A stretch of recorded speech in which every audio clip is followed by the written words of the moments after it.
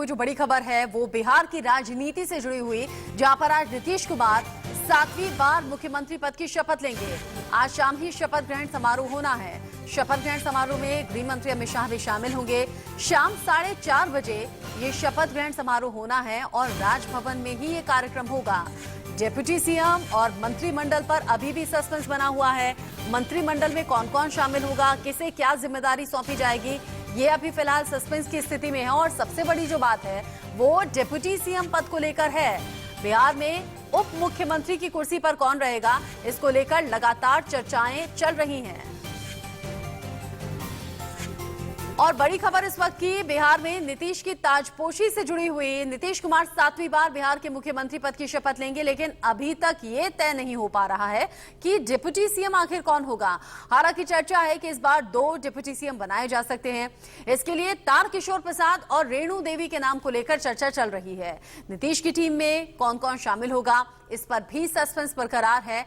इसी बीच महागठबंधन में सिरफुटव्वल का दौर शुरू हो चुका है, जिसकी आशंका भी जताई जा रही थी। आरजेडी नेता ने सीधे सीधे राहुल गांधी और प्रियंका गांधी पर हमला बोल दिया है। कहा है कि जिस वक्त चुनावी दौर बिल्कुल चरम पर था, राहुल गांधी शिमला में पिकनिक मना रहे थे और प्रियंका गांधी तो बिहार में आकर उन्होंने देखा तक नहीं। इस बीच ना तो चुनावी रैलियों में उनके योगदान की कोई भी तस्वीर ऐसी सामने आई जिसे देखकर लगता कि बिहार चुनाव में वो जी जान से जुटे हुए हैं, और उसी हार का ठीकरा अब कांग्रेस पर फोड़ दिया गया है। और ऐसी ही आशंका, ऐसा ही जानकार बता भी रहे थे कि महागठबंधन में हार की जिम्मेदारी कांग्रेस पर डाली जाएगी। लगातार बड़ी खबर पर नजर हमारी बनी हुई है। एक तरफ महागठबंधन में सिरफुटव्वल का दौर शुरू हो गया है, तो वहीं दूसरी तरफ एनडीए सरकार बनाने की तरफ आगे बढ़ चुकी है। कल मुख्यमंत्री पद पर मुहर लग गई। नीतीश कुमार ही अगले मुख्यमंत्री के तौर पर जिम्मेदारी संभालेंगे, 7वें मुख्यमंत्री के तौर पर शपथ लेंगे।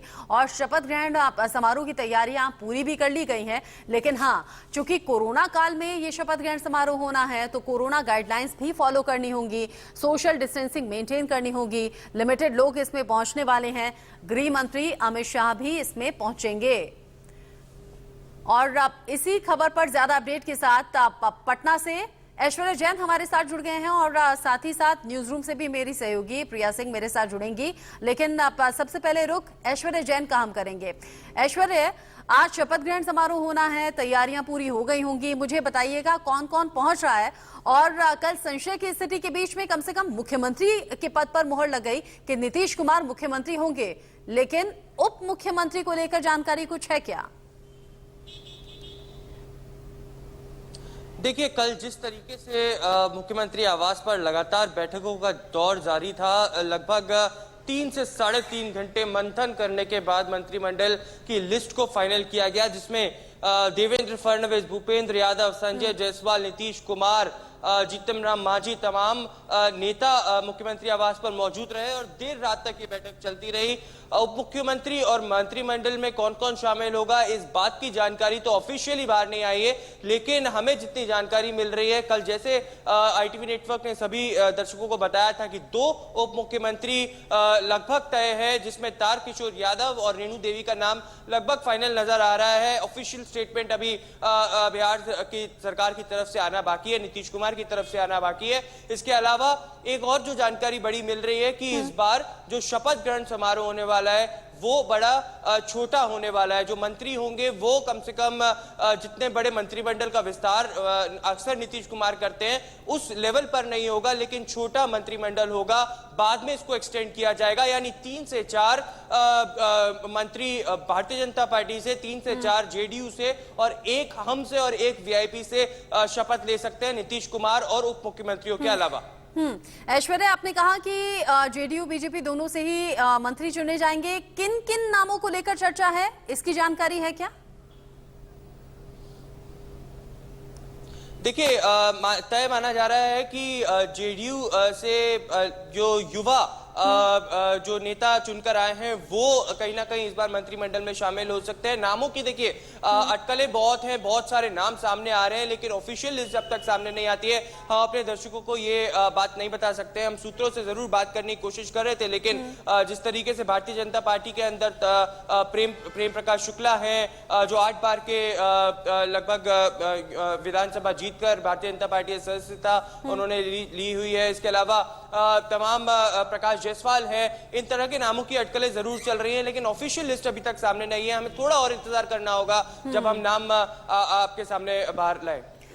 ऐश्वर्या आप रहिएगा। ऐश्वर्या बता रहे हैं कि मंत्रिमंडल को लेकर लगातार चर्चाओं का दौर चल रहा है और कुछ नामों को लेकर लगातार चर्चा जोरों पर है, लेकिन जब ऑफिशियल जानकारी मिल जाएगी तब दर्शकों के सामने नामों को लेकर खुलासा करेंगे। लेकिन हाँ, उप मुख्यमंत्री पद को लेकर अभी भी सस्पेंस की स्थिति है। लेकिन जैसे ऐश्वर्या ने बताया, तारकिशोर और साथ ही साथ रेणु देवी के नाम को लेकर चर्चा है। कल हमने देखा भी था सुशील मोदी को जब उप मुख्यमंत्री के पद पर सामने रखने की बात आई थी, शाम तक उनका स्टेटमेंट भी सामने आ गया। ट्विटर के जरिए उन्होंने कह दिया कि कार्यकर्ता के पद से कोई हटा नहीं सकता। इसको लेकर भी शाम से ही चर्चाएं तेज है कि क्या सुशील मोदी नाराज हैं। इसी पर रेणु देवी और तारकिशोर क्या कुछ कह रहे हैं, आप सुनिए। इस कार्यकाल में विधायक दल के नेता के रूप में एक बड़ा दायित्व मिला है और उस दायित्व का निर्वहन हम बेहतर ढंग से करेंगे। जो संसदीय मेरा अनुभव रहा है उसका लाभ मिलेगा और फिर जो दल और हमारे जो नेता हैं उनके साथ बेहतर ढंग से काम करेंगे। काम करते हैं ना, 88 से मैं काम करती हूँ, 5 बार मैं विधायक हो रही। बीच में जो छठी बार होती, बीच में मैंने 1640 वोट से 64,500 वोट लाके मैं पिछली 15 में हारी थी। मैं 2007 से 10 तक मैं मंत्री जब रही तो उस समय भी बखूबी जो भी हमें विभाग मिला कला संस्कृति, मैंने ईमानदारी से काम की है। तो हम काम करते रहे हैं और राष्ट्रीय उपाध्यक्ष के नाते मुझे देश भर में जाने का मौका मिला, काम करने का मौका मिला। बेटी बचाओ बेटी पढ़ाओ के नाते भी मैं काम करती रही और अपने बिहार में भी अब हमसे जो भी संभव है हम काम करते रहते हैं। तो इसलिए हम कार्यकर्ताओं को कोई बात नहीं है, आप जहाँ भी रखिएगा वहाँ बखूबी हम लोग काम करने के लिए तैयार हैं। तारकिशोर प्रसाद और रेणु देवी के नाम को लेकर चर्चा चल रही है और ये कहा जा रहा है कि कुछ 4 नए ऐसे नाम हैं जिनको लेकर लगातार चर्चाओं का दौर गर्म है और कहा यह जा रहा है कि उप मुख्यमंत्री की जिम्मेदारी इन्हीं में से किसी को मिल सकती है। लेकिन सुशील मोदी का ट्वीट काफी इशारे कर रहा है, हो सकता है कि उनकी नाराजगी बनी हुई हो। प्रिया सिंह न्यूज रूम से मेरे साथ लाइव जुड़ गई हैं और पटना से ऐश्वर्या जैन भी लगातार बने हुए हैं। प्रिया, सुशील मोदी अचानक से ट्वीट करते हैं, आप कहते हैं कार्यकर्ता के पद से कोई हटा नहीं सकता। उसके बाद गिरिराज सिंह का ट्वीट कह रहे हैं कि पद छोटा या बड़ा नहीं होता, जो जिम्मेदारी मिले उसका निर्वहन अच्छे से होना चाहिए। क्या सुशील मोदी नाराज हैं और अगर नाराज हैं तो वजह क्या है? देखिए रचना, मुझे लगता है बीजेपी के इस फैसले से हर कोई चौंक गया। किसी ने ये उम्मीद भी नहीं की होगी कि बिहार में बीजेपी इतना बड़ा उलटफेर कर सकती है। और ये मैं कह सकती हूँ कि बिहार में बीजेपी की सियासत का एक नया चैप्टर शुरू हो चुका है। और देखिए 2 नाम सबसे आगे आ रहे हैं, तारकिशोर और रेणु देवी का। उन्हें विधानमंडल दल का तारकिशोर को नेता और उन्हें उपनेता चुना गया है, रेणु देवी को। और अब कहा जा रहा है कि सुशील मोदी का पत्ता लगभग पूरी तरह से कट चुका है और हो सकता है कि उन्हें केंद्र में लाया जाए। लेकिन केंद्र में उनकी भूमिका क्या होगी, जिम्मेदारी क्या होगी, मुझे नहीं लगता कि अभी इस पर किसी भी तरह की बातचीत हो पाई है। और रचना देखिए, गिरिराज सिंह के ट्वीट ने इशारा कर दिया है कि बिल्कुल इस लिस्ट से उनका नाम गायब हो चुका है, यानी कि सुशील मोदी उप मुख्यमंत्री का पद अब नहीं संभालने जा रही हैं।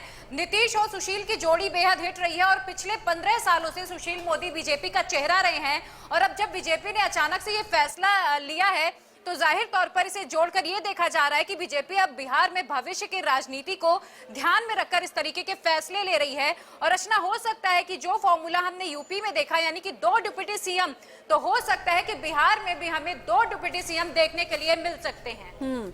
हालांकि जो सस्पेंस की स्थिति बनी हुई है उस पर धीमे धीमे ही पर्दा उठेगा। लेकिन साथ ही साथ जो ऐश्वर्या हमारे साथ बने हुए हैं उनसे भी हम ये जानेंगे कि 2 डिप्टी सीएम पद को लेकर जो चर्चा चल रही है उस पर कितना पर्दा हटता हुआ नजर आ रहा है। आप दोनों रहिएगा, प्रिया ऐश्वर्या दोनों हमारे साथ बने रहिएगा, क्योंकि आज बड़ा दिन नीतीश कुमार के लिहाज से है। उन्होंने आखिरी दाव तो चल दिया था, कहा था अंत भला तो सब भला। तो बिहार की जनता ने विश्वास एक बार फिर से दिखाया है और 7वीं बार मुख्यमंत्री पद की शपथ लेने के लिए नीतीश कुमार तैयार है। लेकिन काफी नाराजगियां भी होंगी। आगे का सफर चैलेंजिंग रहेगा।